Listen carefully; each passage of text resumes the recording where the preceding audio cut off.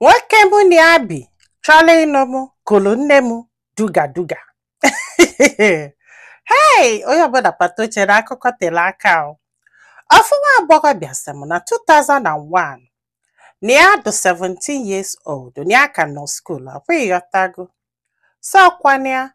mana nwanne ya nwaanyị nwere enyi nwoke ya na ya na-abụ na-akwụ. Nwanne ya nwaanyị nke tọrọ ya. So from there, dute ya na nwanne ya nwaanyị yiri ọfụma. Enyi ya nwoke wee fịa wee like anya ya na ya na-abụ wee kwụbakwuo. So mgbe ụfọdụ a na-emekodo ha invite ọnụ ịmagonu na a ga-eje ebe a since na fana abọba enyi nwoke ịghọta achọrọ m ka unu ghọta ebe m na-eje. So kwana ya oluo one time na December mee ha invite sị ha bịa na onwe festival a na-eme. So na ya ejenwuro nwanne ya nwaanyị wee jebe wee luo shikọlụ wee sị ha na ihe ejire bịawụ maka na ya yọrọ akwa. Ya sị na ya amanye na anya nwere akwa ya ji ya bịa kwa ịghọtago. So kwana ya nwanne ya nwaanyị jesie nata ọgwụ akwụ ya o. Oluo another day mekwa ha invite. Ya wee jebe wee luo wee fụ the guy kenesie nya ọsị akwa ayi ọ gị nwee.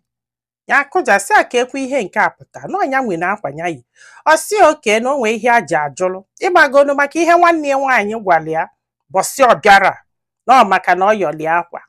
Ịghọta. So the guy just to cover the thing si a n'ihe a na-ajụlụ bụ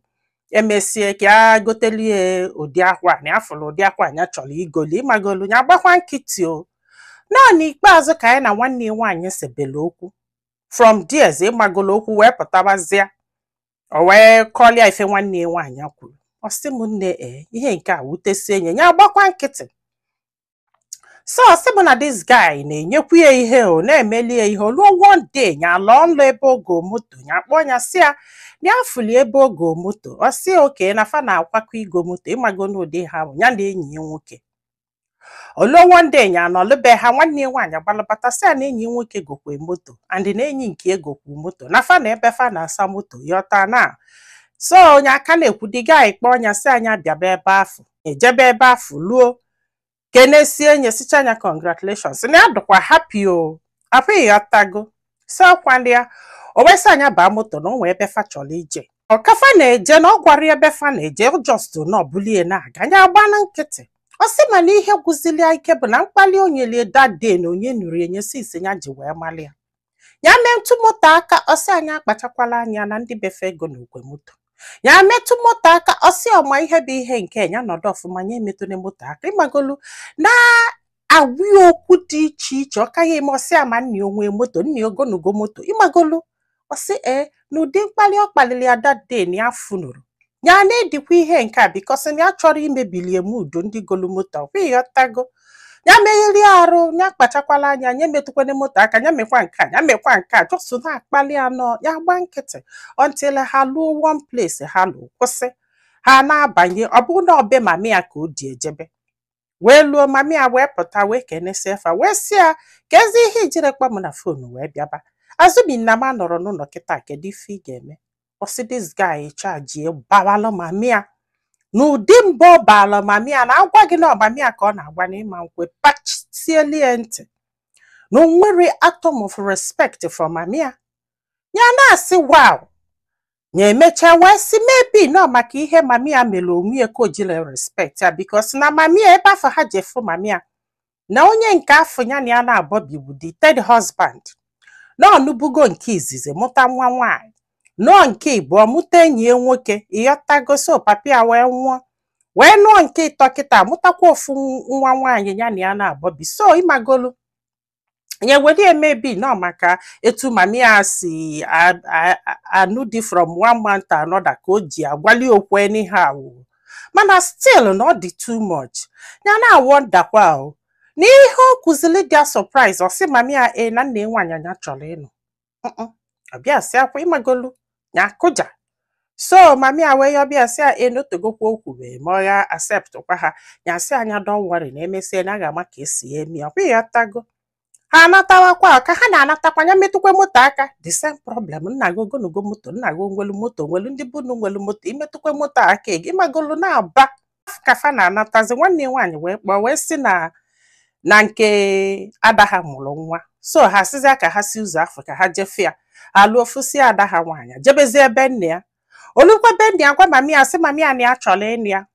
mami ya sị ya na nsogbu adịrọ na ha nọ mgbe ọbụla o ji wee dụ redi ya wee si ya mba o na ya chọrọ ịnụ di kịta na ya chọrọ ya gụsịa sekọndịrị skuul ka ya mụọ ọlụ ya mụsị ọlụ ọ ga-abụ ya nụọ di ya lụọ ka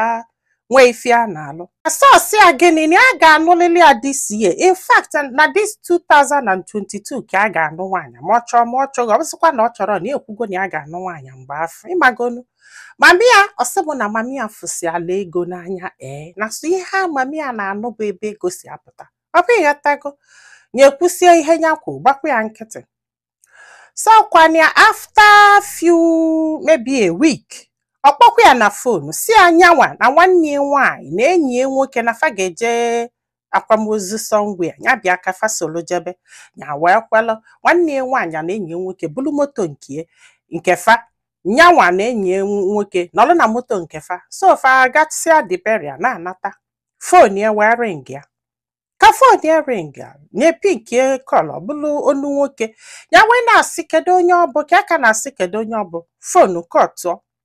this guy achajikwa si kedu onye na-akpọ ya na ya bịa na moto nwoke na-akpọ ya na ya bịa na moto nwoke na-akpọ egwu ada atụ ya bido gwapịa ya na nwere ife a na-agwa mmadụ ọgwara ya ịmago na onye na-agwa mmadụ nye metụkwene moto aka na ndị befe ego nụrụ moto papi ego nụrụ moto mazala udo okwu ọ na-agwa ya so ọgwakatị anya sị a na ofu mbọsị kịta na ya ga-agbanyekwa enyi fim na ihe ọ na-agwa ya dị too much ọsịa oke ngwanya si na moto lituo kwụsị moto chụtụ onye na moto nwanne ya nwaanyị na enyi ya nwoke wee gata wee kwụsị wee yọbịa biko yọgide biko wee si oke ha wee sị na ha ga-eje ka ha lọjia na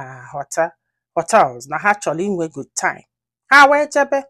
si abatakwa ebe fa lọji ebe fa nọ obidokwe mba na-aba ọbalụgbogo ọbalụgbede nye ji nwaanyị jenọla na nwa nkọna na-eni ya anya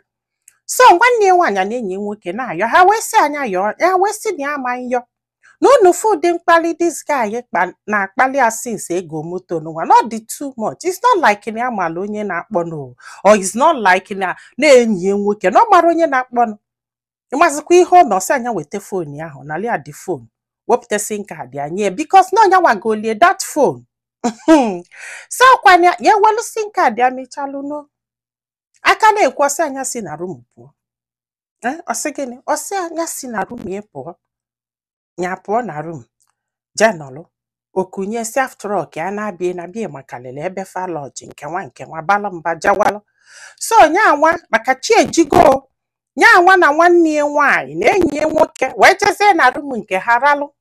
maka na ya chọbụ ka alalụ na couch dị outside so enyi nwanne ya nwaanyị si ya mba na onwe ka ọdụ na-abịa ka fa ncha niile lalụ so kwanya ka ekwusili ha ịgbago na onye iwo na-ewe onye asị na ya chọgodi ịnọ n'ilo nwa obele n'ile afọ ka a nọzi n'ife a na-afụzikwa bụ na o nwee one particular girl ya na-afụba na fon ya jụkwa anya ọsị na ex ya na-asị ebe ọ bụ ex anya delete enu picture emesịkwa anya afọ ya na ife afụzikwa na this guy kpọlụ this girl so anya bịa na that place ha nọ the girl wee bịa odulu the girl gata n'iru eduru ya banye na room afọ ha yara na ya mọrọ na ya na the girl satụlụ mgbe afọ nye jere ihe ọ gwara ya bịa na Disemba nyanwa nọla ebe afọ na ya nọgidezi ebe afọ iwe nwanne ya nwaanyị abịazi ayọbịa so fancha niile jezie n'aba olu ụtụtụ pụtakwadolu the girl jawalụ with phone ya na enwerozi phone na ihe ajizi bụ sim card so kwanye afa wee na